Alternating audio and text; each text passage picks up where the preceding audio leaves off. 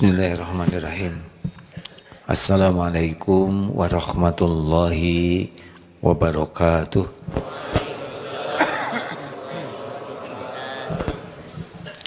Alhamdulillahi rabbil alamin. Alhamdulillahilladzi anzala sakinah fi qulubil mu'minin liyazdadu imanan ma'a imanihim. Allahumma salli wa sallim wa barik ala sayyidina Muhammad wa ala alihi wa ashabihi ajma'in. Allahumma inna nas'aluka ilman nafi'an wa rizqan thayyiban wa amalan mutaqabbalan. Allahumma aftah lana hikmataka wansur alaina rahmataka ya dzal jalali wal ikram. Taqabbal minna ya Allah siyamana wa qiyamana wa salatana. Taqabbal minna innaka antas samiul alim. Wahai Allah yang maha menatap, terimalah semua amal ibadah kami ini. Amin ya rabbal alamin.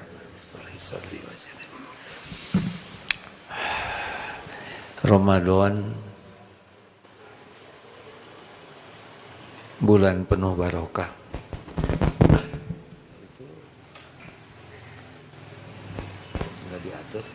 Ikhwan boleh maju, kasihan ibu-ibunya sangat berdesak-desak. Mungkin petugasnya ada yang bisa memajukan saja sedikit. Ada petugasnya ya. Masih banyak yang di bawah akan naik. Boleh maju bapak-bapak? Ikhwan ya. Setiap ada kosong di depannya, mungkin berharga bagi temannya yang masih di pinggir jalan yang ingin menyimak. Ke depan tolong pastikan supaya tidak ada yang tersia-sia. Ya bagus. Karena setiap ada yang kosong di depan kita, berarti ada saudara kita yang tidak kebagian masuk ke masjid. Ya cukup bergerak badannya saja ya. Coba kalau kita lihat hadis ini, man shoma ramadhana imanan wahtisaban ghufira lahu ma taqaddama min dambi. Barang siapa yang saum di bulan Ramadan penuh dengan keyakinan kepada Allah, keimanan, dan semata-mata mengharapkan pahala dari Allah, Allah ampuni dosa-dosanya yang lalu. Jadi Ramadan ini efeknya kalau saumnya bagus, habis dosa yang lalu. Qiyamul lail, tahajud, man qoma ramadhana imanan wahtisaban ghufira lahu ma taqaddama min dambi. Juga qiyam kita hapus dosa-dosa yang lalu. Termasuk barang siapa yang sholat di Lailatul Qadar, hapus. Dan doa di Lailatul Qadar, Allahumma innaka afuwun tuhibbul afwa fa'fu anni. Ya Allah, engkau maha pemaaf, mencintai kemaafan, maafkan.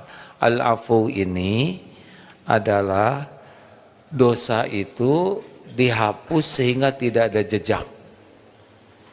Seperti jalan di padang pasir, kemudian jalan di padang pasir dihempas angin, tapaknya habis, hilang. Atau pohon dicabut sampai ke akar-akarnya. Kalau dilihat dari hadis-hadis dan doa tersebut, betapa seriusnya Allah menjadikan Ramadan ini penghapus dosa. Ya kan? Tidak barang siapa yang saum di bulan Ramadan akan diberi jodoh, enggak ya. Dilunasin hutang, tapi diampuni dosa. Ini serius hadirin. Kenapa permintaan di Lailatul Qadar itu justru minta dihapuskannya semua jejak dosa dan aib. Karena Sebetulnya yang mengancam hidup kita itu bukan siapa-siapa, melainkan dosa kita. Berbagai keruwetan hidup ini penyebabnya dosa. Kenapa orang tidak tersentuh api neraka? Karena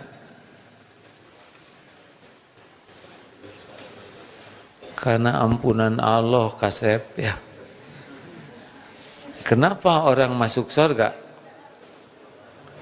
Karena rahmat Allah. Jadi amal kita tidak cukup.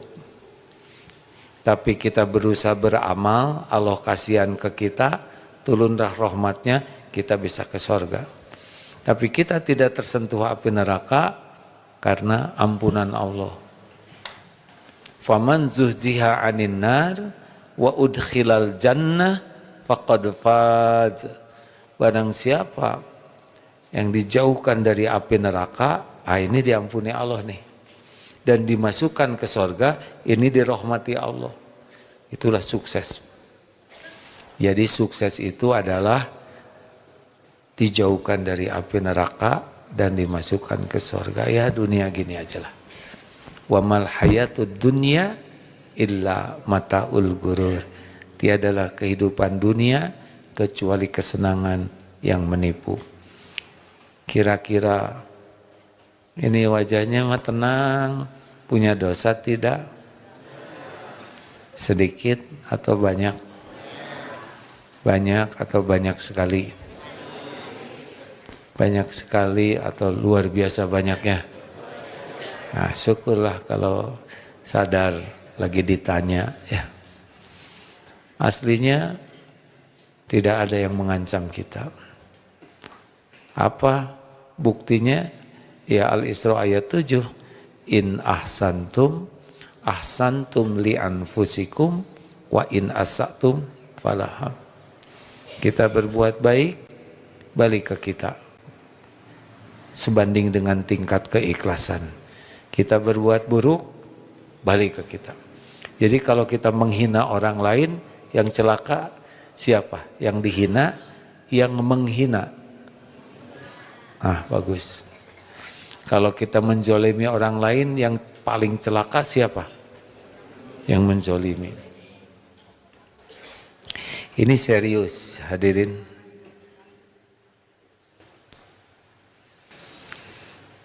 Tapi jarang orang menyadari. Apa sih bahayanya dosa? Satu, di Al-Mutaffifin ayat 14. A'udzubillahi minasyaitonir rajim.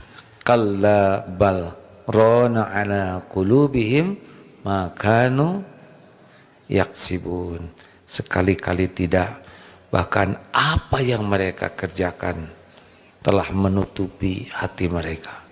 Jadi tiap dosa itu seperti satu noktah nempel, kalau tidak segera tobat makin banyak gelap. Kalau sudah gelap, sudah dia jadi manusia paling celaka. Tidak bisa dapat cahaya ilmu, udah ketutup. Makanya orang yang banyak dosa itu susah dinasehatin, betul tidak? Karena dia sudah tidak merasa tingkatan dosa terburuk. Ada yang bikin dosa, dia tahu ini dosa. Ada yang membuat dosa, melakukan dosa, menganggap remeh dosa. Tapi ada yang melakukan dosa, sudah tidak dirasakan itu sebagai dosa.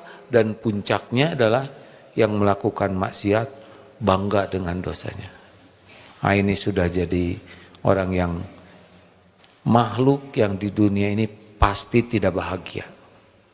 Kenapa pasti tidak bahagia? Karena bahagia itu adanya pada amal soleh. An-Nahl 97. Man amila soliham min dzakarin aw untha wa huwa mu'min walanuhyiyannahu hayatan thayyibah. Barang siapa yang beramal soleh, laki-laki dan perempuan, dan dia beriman kepada Allah, nah Allah sungguh mengaruniakan kehidupan yang baik, tenang, Makanya orang yang banyak dosa itu tidak mungkin hidupnya baik. Karena yang bekal hidupnya baik adalah orang yang beramal soleh dengan kekuatan iman. Jelas hadirin? Beginilah kalau itikaf semalaman ya. Padahal kalau dilihat malam-malam tidak ada yang bangun. Kita ceritanya itikaf bawa bantal, selimut, kasur tipis, bangun lagi sahur, ya sudahlah. Jadi pasti hidupnya tidak bahagia. Nah, apalagi surat Toha 124. Waman a'radu an dzikri fa innalahu ma'isyatan dzonka. Aduh, ini paling pahit nih. Barang siapa waman a'radu an dzikri, yang berpaling dari peringatan Allah, maka baginya kehidupan yang sempit. Kemarin sudah dibahas ya. Di lapangan sepak bola yang luas ada tikus, biasa aja. Itu tikus lari-lari 3. Kenapa pakai ihan begitu? Karena lapangannya luas. Silahkan di kamar mandi, di toilet yang sempit, berempat dengan tikus lari-lari. Siapa kira-kira yang paling menderita? Tikus atau dia? Jadi masalah itu, neken itu adalah berbanding dengan tingkat kelapangan hati. Saya baru mendapat kiriman dari sahabat tentang betapa hebatnya rakyat Gaza dihajar dengan boikot, blokade, bom, berjatuhan persenjataan canggih ketakutan setiap saat, kelaparan, kematian, semua tanaman dia ambil, tidak ada listrik, tidak ada air, tidak ada obat-obatan, tidak ada sekolah, tempat ibadah dihancurkan. Ya Allah, kami ridho dengan apapun yang Engkau takdirkan. Suami meninggal, anak terbunuh, rumah hancur. Ya Allah, hamba ridho. Faman rodiya falahu ridho. Barang siapa yang ridho ke takdir, Allah ridho kepadanya. Puncaknya surga itu kan kemarin dibahas oleh Ustadz Aam. Bagaimana? Yang kemarin dibahas dalil adalah di sorga tuh kekal mengalir sungai-sungai di bawahnya masuk ke sorga dan Allah ridho kepadanya dan dia ridho ke Allah. Jadi puncak dari segalanya adalah ridho. Nah, orang yang diridhoi Allah di dunia ini lapang hatinya. Ada yang disebut nyet, tersinggung, marah, padahal dia nyebutnya ayam penyet ya. Tapi keburu marah, sempit sekali hatinya. Dikit-dikit tersinggung, dikit-dikit jengkel. Termasuk tadi ketika ada HP yang bunyi, dia mau ngambek, nggak tahu siapa yang mau diambeknya. Sepanjang sholat mendidih hatinya, itu sempit hatinya. Kemarin sudah dibahas, kalau dihina orang yang hatinya lapang bisa ngasih makanan itu. Karena dia tahu yang menghina itu satu, menjadi cara Allah mendidik kita untuk mengetahui akhlak buruk yang tidak boleh kita miliki. Tuh, orang yang berbuat jelek ke kita tuh, itu adalah ilmu dari Allah supaya kita tidak begitu. Orang yang berkata jelek menjadi bahan evaluasi diri. Jangan-jangan Allah mengingatkan keburukan yang pernah kita lakukan ke orang lain. Benar ya teori pidato, kalau ada yang bergerak semua lihat yang bergerak. Nggak ada yang lihat saya barusan, nggak apa-apa, nggak salah. Tapi teori itu benar. Coba sekarang di sini ada kupu-kupu, habis saya pelan. Semua lihat kupu-kupu, nggak apa-apa. Lanjut.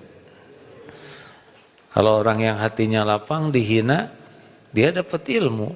Ya Allah lagi nunjukin saya perbuatan buruk yang tidak boleh saya lakukan.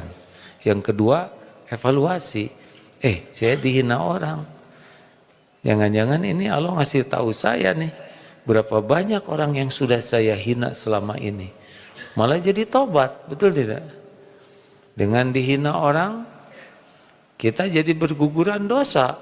Karena disakiti, ada dosa yang tidak rontok kecuali dengan disakiti. Malah orang yang berbuat jelek itu yang menolong kita rontok dosa, coba itu. Kemudian yang keempat, kita punya sparring partner. Kalau nggak ada orang yang berbuat jelek, kita nggak bisa latihan sabar, latihan memaafkan. Ali Imran 134, latihan takwa. Bagaimana bunyinya? Alladzina yunfikuna fis sarra'i wadh-dharra, ciri orang takwa berinfak dalam lapang sempit, wal kadhiminal ghaidha wal 'afina 'anil nas wallahu yuhibbul muhsinin. Nahan marah, memaafkan, berbuat baik, itu takwa. Coba kalau nggak ada yang menjengkelkan, nggak ketes ketakwaan kita, benar? Tuh kan, diam aja. Latihan ketakwaan ya, nggak akan marah.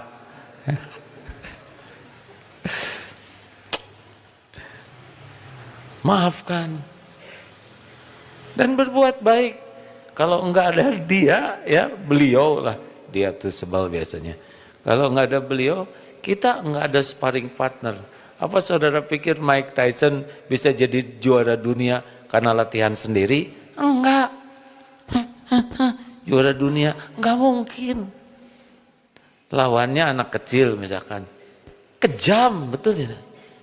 Harus pakai lawan yang tangguh, baru kelihatan juaranya. Nah, Allah ngasih orang-orang yang tidak baik ke kita. Kita bisa idfa billati hiya ahsan, tolak keburukan dengan cara yang lebih baik. Nah, ini kelapangan hati. Kalau enggak mah bisa diludahi itu orang itu. Betul tidak? Jelas?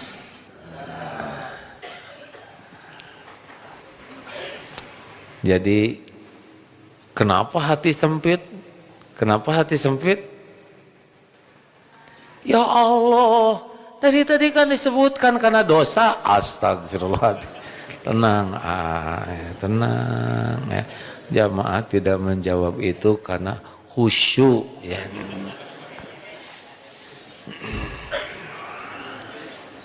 Karena dosa. Jadi kalau orang banyak dosa mah dikit aja masalah meledak, seperti botol soda. Maaf ya, dikocok dikit meledak. Ada apa, astagfirullah, astagfirullah. Langsung wirid ya. Lanjut. Ini serius nih hadirin. Jadi orang-orang yang sensitif, mudah tersinggung, mudah meledak, mudah ribet. Karena apa? Nah, kalau orang yang terus mohon ampun, bermujahadah, hatinya dilapangkan. 3. Wa innal abda la yuhramu rizqa bidzambi yusibuh. Dan hadis riwayat Imam Ahmad ini, seorang hamba bisa terhalang dari rezeki karena dosa yang ia lakukan. Dengar ya, kalau dengar rezeki teh jangan kebayang uang. Itu penjahat banyak rezekinya. Kata siapa? Dia nggak dapat iman, nggak dapat ibadah, nggak dapat amal soleh. Bisanya cuma berbuat jahat. Kan ada yang mengatakan itu ahli maksiat, kok rezekinya banyak. Saudara lihatnya duit aja. Hidayah itu rezeki tak ternilai. Sholat itu rezeki. Kita sholat duha minta rezeki. Padahal sholat duha itu rezekinya. Tuh kan bingung. Wah, terserah. Saya mengatakan. Dia bayangkan kita tahajud minta rezeki. Coba itu. Kok belum datang aja duitnya? Demi Allah duit itu nggak ada apa-apanya. Bisa tahajud itu rezeki yang mahal. Udah tahajud minta jodoh. Mana jodoh, rezeki jodoh? Tahajud itu lebih mahal dari jodoh. Tapi kalau ada jodoh, ya, lebih mahal lagi. Ini serius hadirin. Jadi kalau dosa itu terhalang dari banyak hal. Dari rezeki nikmat ibadah, rezeki nikmatnya ilmu, rezeki nikmatnya punya teman yang baik, rezeki punya tempat kerjaan yang baik, rezeki bisa munajat, rezeki bisa mudah berbuat kebaikan. Nah, dosa menjadi penghalangnya. Kalau perkara uang mah cuman kertas lah. Sekarang malah nggak pada bawa ya kan. Kotak infak udah lewat belum? Nah itu rezekinya. Rezeki itu yang dinafkahkan. Rezeki kita. Kalau yang di dompet baru bawa-bawa aja. Belum jadi rezeki. Rezeki kan 3. Yang dimakan jadi kotoran. Kalau makanannya halal, thayyib, berkah. Yang dipakai jadi usang itu rezeki.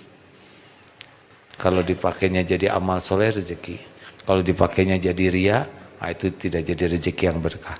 Dan yang ketiga, uang, harta yang dinafkahkan di jalan Allah, itu rezeki. Nah, mana yang berat? Terhalang dapat uang, terhalang sedekah. Tuh kan, nggak mau ngomong ya. Sedekah. Emang ceramah di ahli itikaf begini nih, jangan gibah.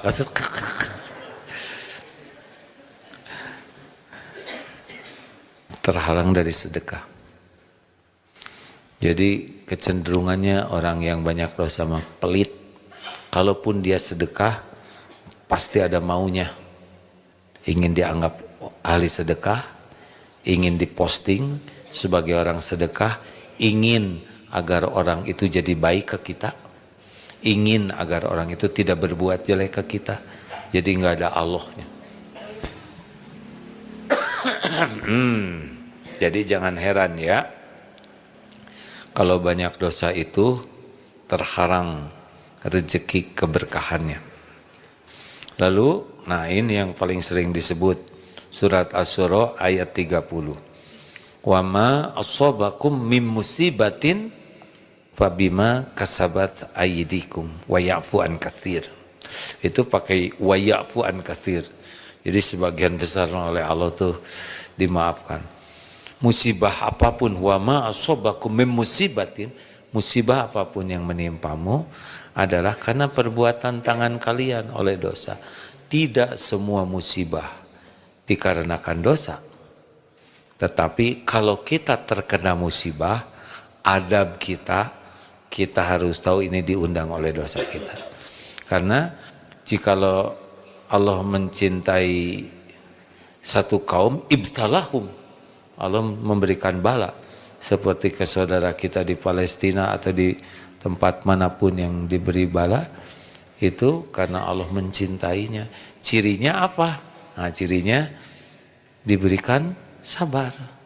Jadi ketika ditimpa, wabashirin sabirin, berikan kabar gembira kepada orang sabar. Ayat lain, innallaha ma'as sabirin. Satu, dia akan diberikan kabar gembira. Yang kedua, Allah selalu bersamanya. Yang ketiga, innallaha yuhibbus sabirin. Allah mencintai orang yang sabar. Dicintai Allah, digembirakan oleh Allah, disertai Allah. Memang dunia berat tekanannya. Nah, bagi yang ditimpa musibah, tobat. Tapi kita yang melihatnya, jangan menganggap, wah ini karena dosa. Temen hilang dompet, mana nyopet, dosa hadirin. Hanya yang bersangkutan yang bertobat. Kita husnuzon, Allah sedang mengangkat derajatnya, menggugurkan dosanya. Allah memberi pahala. Tapi bagi yang ditimpa musibah, tobat. Bisa dipahami tidak nih hadirin? Tugas kita bukan menilai orang lain, berhusnuzon.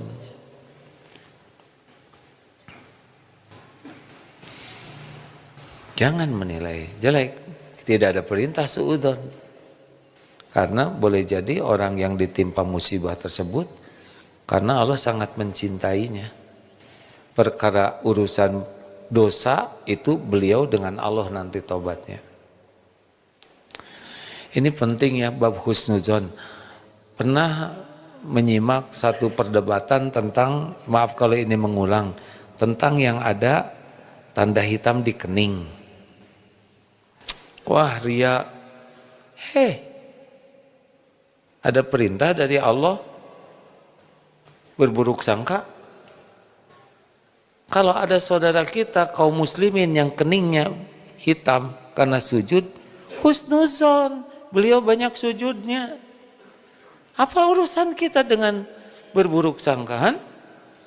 Hanya karena kita nggak ada, kemudian wah ya ria unggul ya kelompok ria ya, majelis ria. Mana nu ngaco han?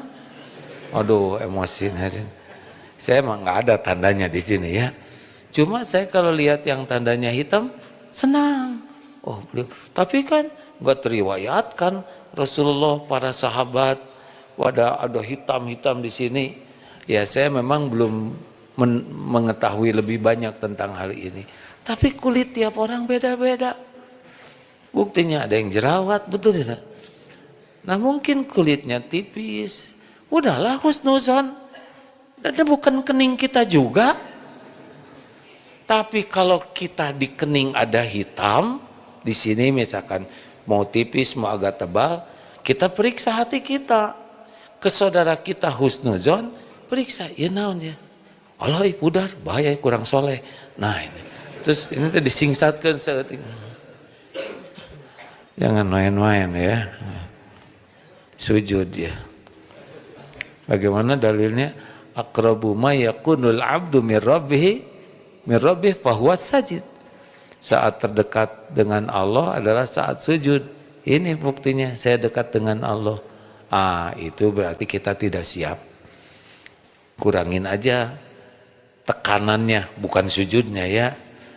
Jangan karena hoyong soleh.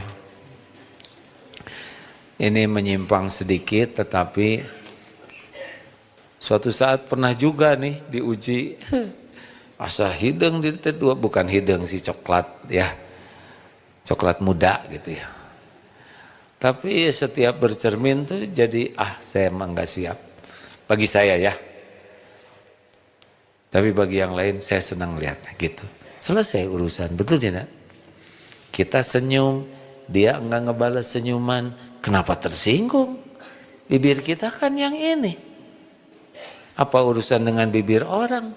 Tapi dia kan enggak, dia udah senyum. Tapi emang struktur bibirnya agak ke bawah ya. Jadi dia udah senyum, menurut kita baru masuk biasa. Udah ya teh ya. Berbaik sangka aja, dia udah senyum. Hanya penglihatan kita gitu. Enak kan begitu? Tuh kan? Enak. Emang mengharapkan jawaban itu membuat akhlak jadi jelek kan? Bebas ya, bebas. Badai sare, badai namanga. Lanjut. Nah, ini penting hal-hal sederhana ini bagi yang belum paham ya. Jadi kalau orang kena musibah, kita berbaik sangka orang tersebut oleh Allah sedang diampuni dosanya, diberikan pahala yang besar, lagi diangkat. Tapi bagi kita yang terkena musibah, Asyura ayat 30 ini, tobat. Apalagi selanjutnya, dosa itu bisa narik dosa yang lain, ya. Narik. Jadi biasanya dosa kecil yang pertama dia astagfirullah, tapi dia jadi terbiasa dosa kecil, nanti tidak dianggap dosa lagi. Gradasinya akan makin meningkat. Mata sering lihat HP, aurat orang lain. Aurat itu tidak harus segala-galanya ya. Yang bukan mahram kita lihat, aduh ini cakep, ini keren, dinikmati. Itu ningkat nanti. Terus ingin dilihatnya tuh jadi lebih banyak. Demikian pula orang berpacaran. Pertama mungkin malu-malu, kucing, lama-lama malu-malu ya. Terus meningkat, pengen ketemu, asalnya duduknya berjauhan, lama-lama jadi deketan, ya begitulah. Nyebrang, gak ada mobil, tetap pegangan tangan, padahal gak ada yang membahayakan. Lama-lama dua-duaan, ujungnya zina. Semuanya bertahap, makanya orang yang tidak segera tobat itu akan naik terus kualitas dosa-dosanya. Disimpulkan ajalah di akhirat apalagi ya, itu baru di dunia. Kalau disimpulkan ini dari Imam Ibnu Qayyim, semoga Allah memuliakan beliau. Yang pertama bahwa hatinya akan gelap dan ini akan memancar kemana-mana kegelapan itu. Tidak bisa menerima kebenaran. Dia hidupnya itu akan berpenyakit hatinya. Ria, ujub, takabur, dengki. Yang kedua, Allah akan sempitkan hatinya tuh.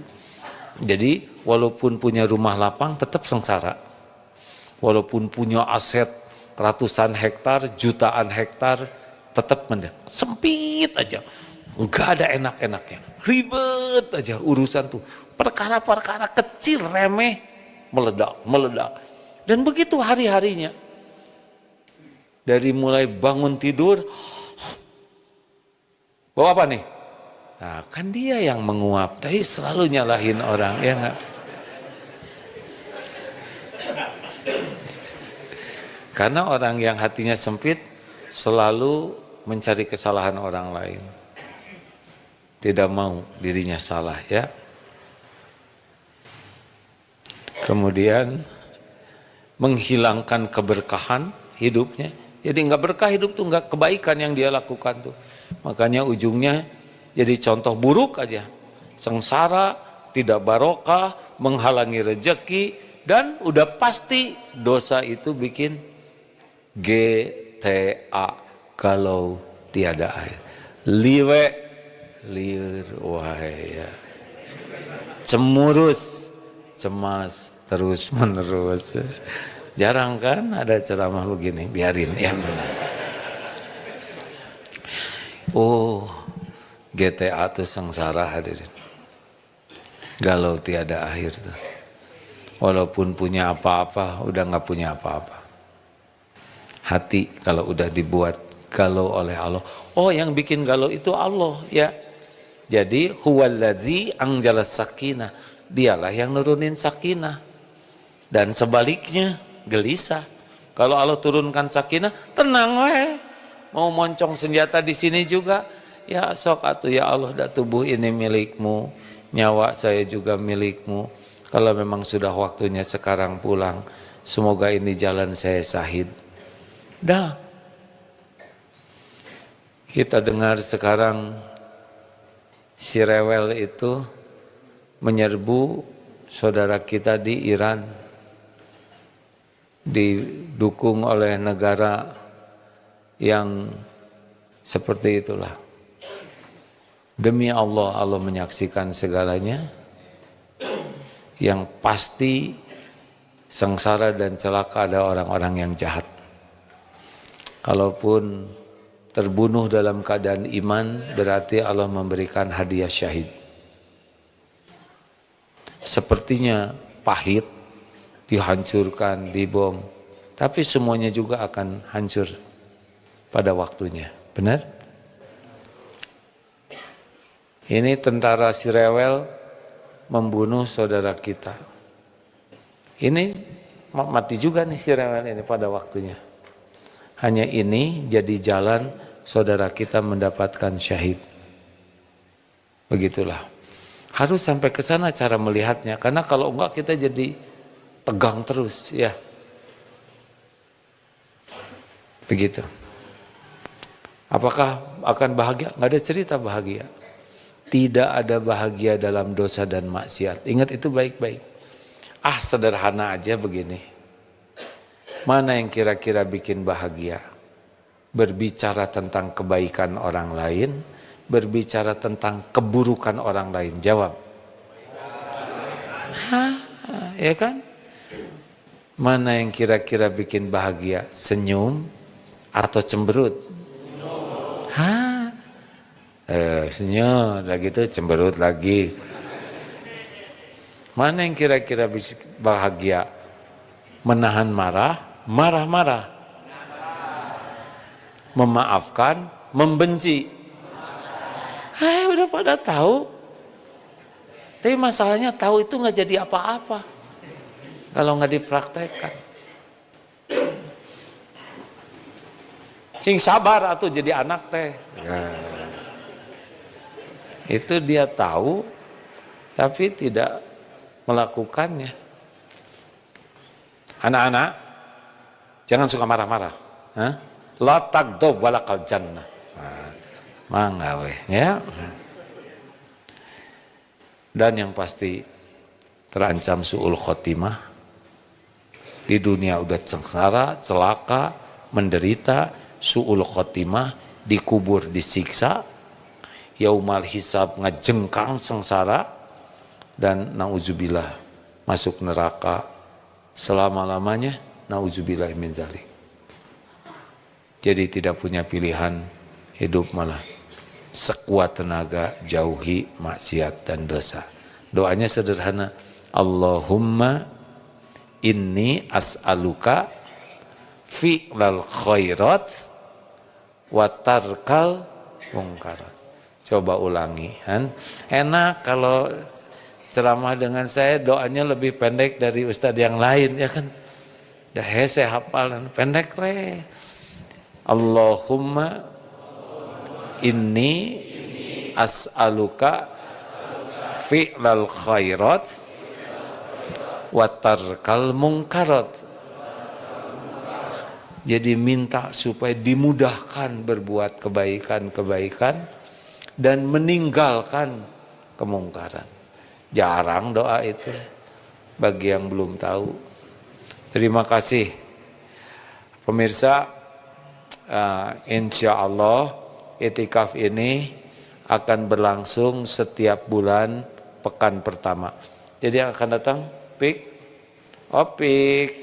Oh beliau panitia capek ya. Husnuzon ya. Di mana Opik? 4 dan 5 April. Kadia Pik. Kita tos capek ya. Jadi kapan adanya? Sabtu Ahad 4 dan 5 April ya. Yang pertama jadi sudah dilakukan, yang daftar 2.600 ditutup tuh langsung. Yang kedua kemarin yang daftar 3.600 naik 1.000. Itu juga langsung ditutup. Ternyata yang datang yang tidak diundang juga karena pendaftaran ditutup. Kalau gitu saya tidak daftar, kan yang penting datang ya. Benar hadirin. Sekarang apa artinya daftar tidak datang? Ya mas, mangga lah ya. No debat. Tema kalau kemarin adalah tentang sholat khusyuk, tema kita yang hari kemarin ini adalah tentang bagaimana Ramadan ini ya. Dan insya Allah tema ke depan tentang silaturahim. Tanggal berapa Ustaz? Tanggal 4, 5. Rekan-rekan sekalian, luangkan waktu kita ngecas seperti ini ya. Kemarin Ustadz Aam Amiruddin, Masya Allah, makin matang ya. Setiap patah kata tuh bernas, saya senang sekali mendengarkannya. Dan lucunya itu mengganggu tahajud ya. Lagi tahajud ingat yang pibi itu, aduh. Jadi senyum sendiri, astagfirullahaladzim. Banyak yang nggak tahu ini ya. Ini nambah sedikit ya. Karena saya senyum-senyum aja ingat ini. Jadi para istri, kalau suami bilang, Bu, Bapak mau minum apa? Kopi. Terus ke dapur, bikin kopi katanya. Aduh.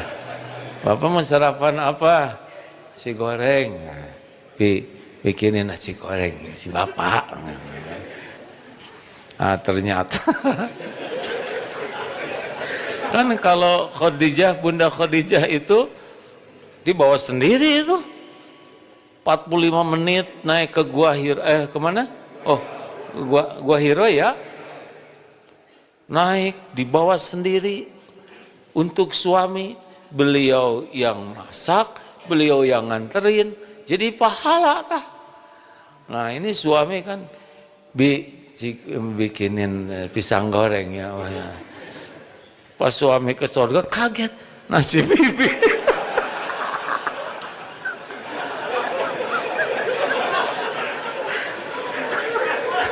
Nah jadi si bibi, aduh ini paten pisan nih. Kaget. Nah jadi si bibi ini surga. Paham. Nih gitu-gitu pisan bodor. Semoga saudara lagi tahajud tidak ingat ini ya. Astagfirullah. Saya nggak tahu gimana ujuk terlintas jadi cengar-cengir tahajud. Astagfirullah. Ini bukan nyari teman hadirin ya. Bu. Suguhan atau suami, jangan sampai si bibi nanti yang ketemu. Udah, astagfirullah.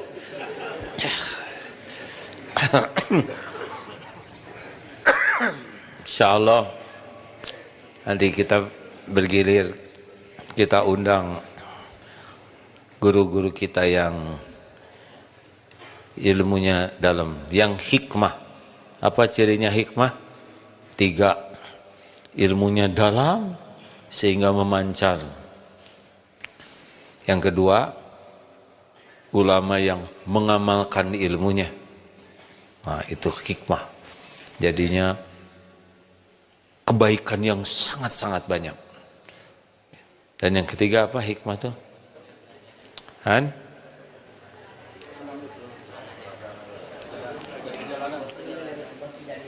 Apa?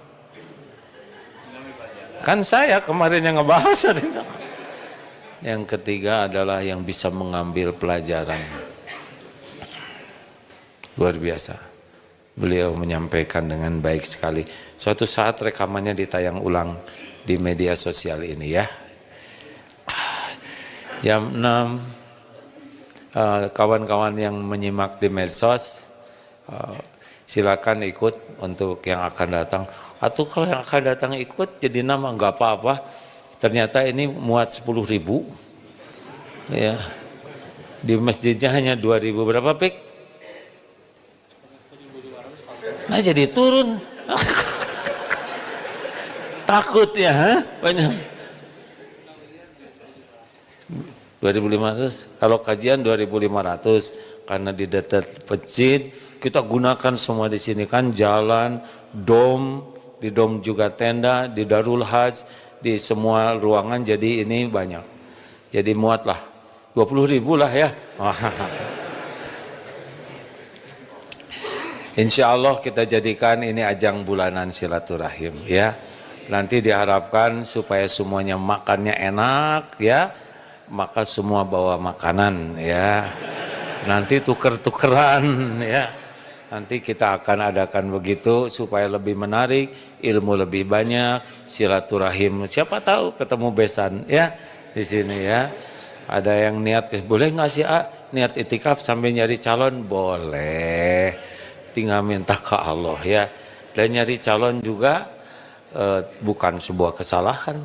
Kalau cari calon pendamping hidup di tempat yang salah, hasilnya salah. Kalau mau cari yang emas, permata, ya harus ke tempat perhiasan, betul tidak? Kalau nyari sembarang tempat dapatnya sampah. Mudah-mudahan yang senang itikaf ini adalah indah. Terima kasih sahabatku yang baik, jam 6 tepat harus selesai di medsos. Mohon maaf, sampai jumpa.